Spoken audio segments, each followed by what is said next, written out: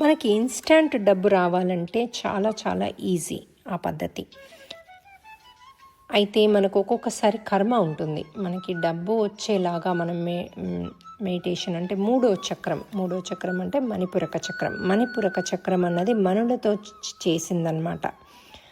బంగారు వర్ణపు భవనాలని మనులని ఫీల్ అవుతూ మూడో చక్రంలో కనుక మనము బ్రీత్ ఇన్ బ్రీత్ అవుట్ అంటే ఒక ఫైర్ని చూస్తూ చేయొచ్చు. మూడో చక్రం అంటేనే ఫైర్.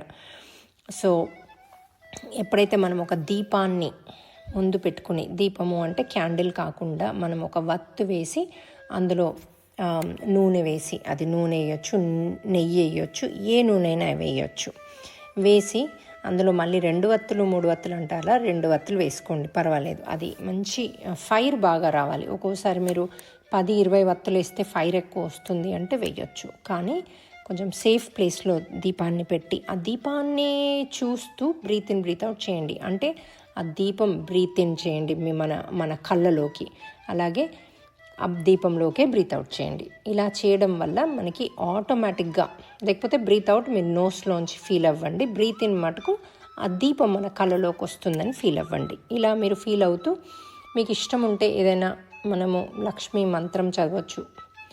ఓం నమో లక్ష్మీ నమః అంటూ లక్ష్మీ మంత్రం చదవచ్చు, అష్టలక్ష్మి సహస్రనామాలు చదవచ్చు. అట్లా మీ ఇష్టం. మీరు ఏ మంత్రం చదవకుండా just breathe in breathe out చేసిన ఫైర్ చూసుకుంటూ, అట్లాగే నాభిలో మీరు ఫైర్ అది పెరుగుతూ పెరుగుతూ పెరుగుతూ శరీరం అంతా ఫైర్ అవుతున్నట్టు ఫీల్ అవ్వండి.